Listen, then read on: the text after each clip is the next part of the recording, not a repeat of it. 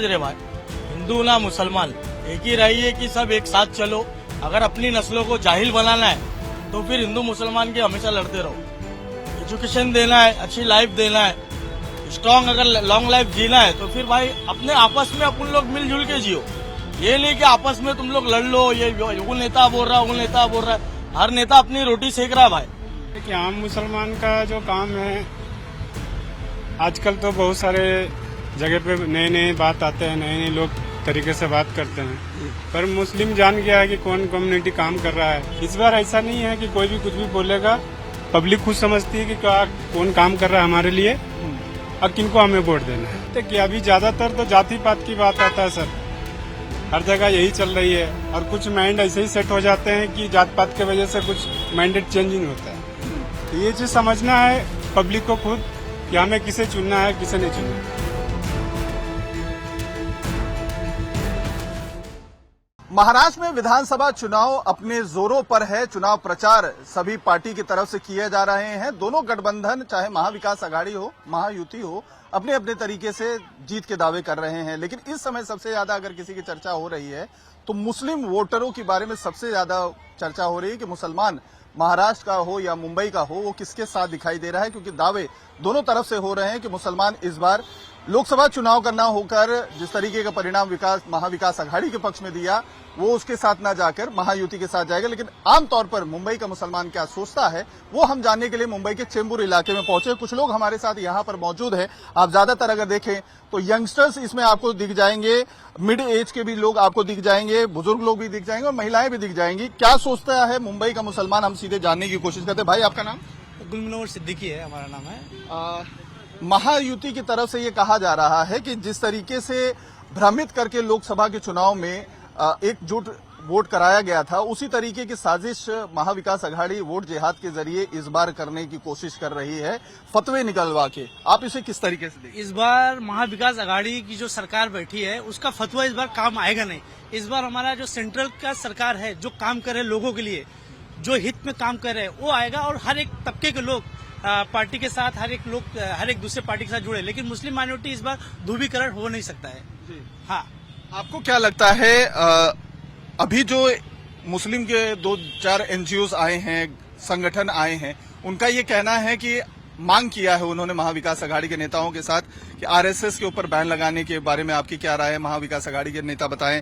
10% मुसलमानों को जो आरक्षण देना है उसके बारे में बताएं। इसको किस तरीके से देते हैं? क्योंकि सवाल ये उठता है कि क्या महाविकास आघाड़ी ये मांगों को मानती है कि नहीं मानती? आम मुसलमान इसके बारे में क्या सोचते हैं? भाई, आम मुसलमान का तो यही कहना है, जियो और जीने दो। समझ रहे भाई, हिंदू ना मुसलमान एक ही रहिए कि सब एक साथ चलो। अगर अपनी नस्लों को जाहिल बनाना है तो फिर हिंदू मुसलमान के हमेशा लड़ते रहो। एजुकेशन देना है, अच्छी लाइफ देना है, स्ट्रांग अगर लॉन्ग लाइफ जीना है तो फिर भाई अपने आपस में अपन लोग मिलजुल के जियो। ये नहीं कि आपस में तुम लोग लड़ लो, ये वो नेता बोल रहा है, वो नेता बोल रहा है, हर नेता अपनी रोटी सेक रहा है भाई। और मर रहा कौन है? गरीब तबके के लोग, इसको कोई नहीं देख रहा है। वीआईपी तो अपनी लाइन में जी रहा है बराबर है ना। वीआईपी अपने बच्चों को अच्छी अच्छी एजुकेशन दे रहा है, पॉश लाइफ दे रहा है, पर गरीबों का क्या? आज कितने प्रोजेक्ट देखो, हार्ड आके मर गए लोग और जितने जने अपना खा लिए। बिल्डर जो उतारे आज की तारीख में सब अपनी लाइफ बनाए खाली, बाकी गरीब चल चल के हार्ड आके मर गए रास्ते में। तो रोजगार के बारे में बात करनी चाहिए, शिक्षा के बारे में। जाहिर सी बात है ना भाई, खाली हिंदू मुसलमान कब तक लड़ोगे भाई? पूरी लॉन्ग लाइफ निकाल दोगे इसमें, और आगे कुछ है कि नहीं लाइफ? हम यंग जनरेशनों का, बच्चों का कुछ है कि नहीं? खाली यही करते रहोगे, हिंदू मुसलमान बस, और उसके आगे मतलब कुछ है ही नहीं, थॉट है ही नहीं।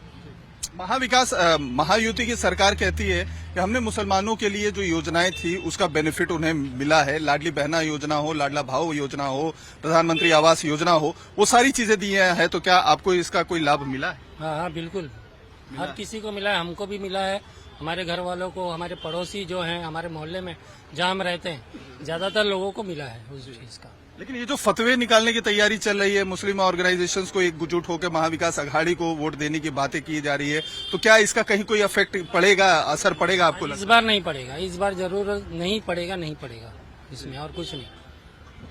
वजह क्या लगती है आप? वजह क्योंकि वो देख चुके ना, इंसान देख चुका है, इधर पे आदमी भी एकदम से परेशान हो गया। इन लोगों के फतवे भी जारी किए हैं तो वो उसका कोई असर नहीं होगा। समझ रहे हैं आप। तो क्या काम करने का भरोसा नहीं है महाविकास आघाड़ी, क्योंकि कहते हैं कि हमने 2.5 साल उद्धव ठाकरे की जो सरकार थी उसमें काफी ज्यादा काम किया। नहीं नहीं नहीं, हमारे यहाँ तो कुछ भी नहीं हुआ।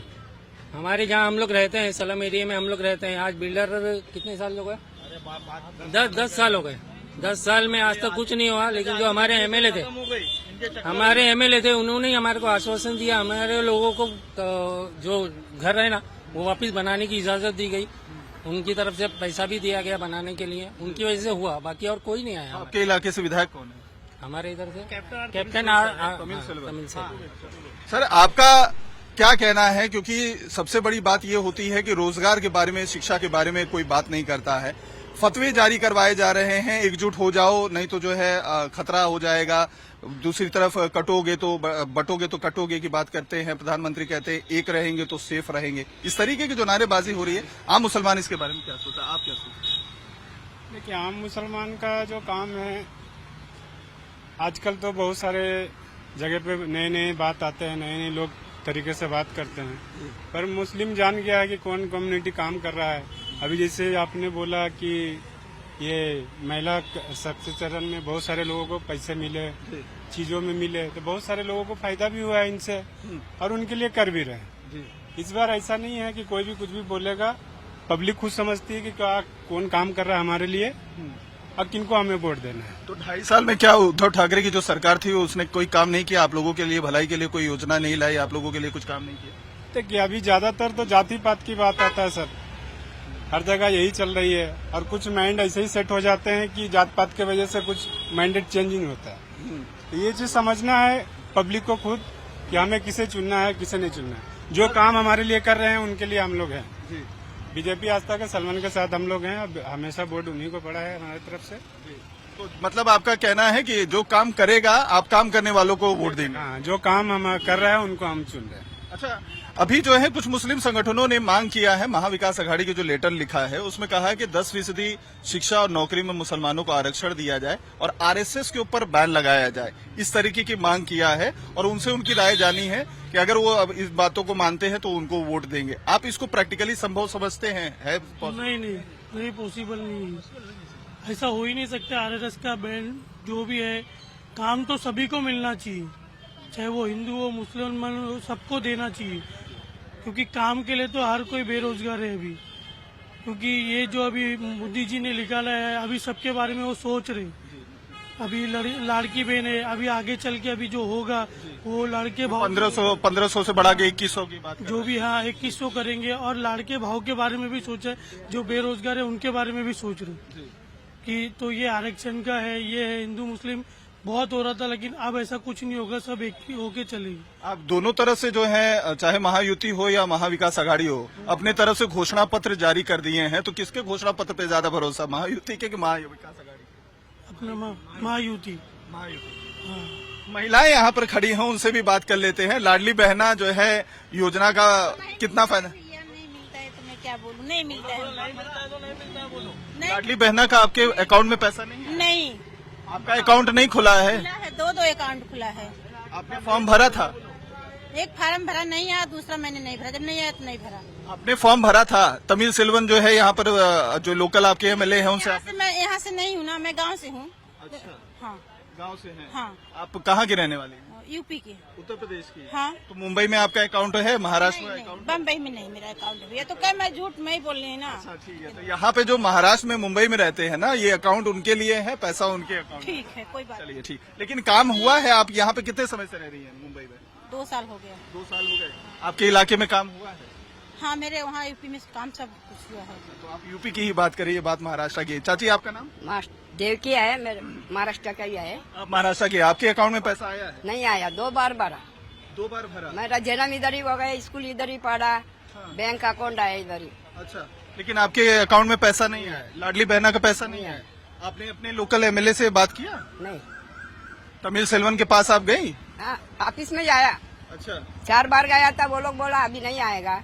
अभी नहीं आया। एक बार बोला तो नहीं आया, बोला तो फिर भरा। अच्छा, तो अगस्त के महीने में आप लोगों ने जो है भरा था अपना फॉर्म? भरा था। अगस्त सितंबर का पैसा नहीं आया? नहीं आया।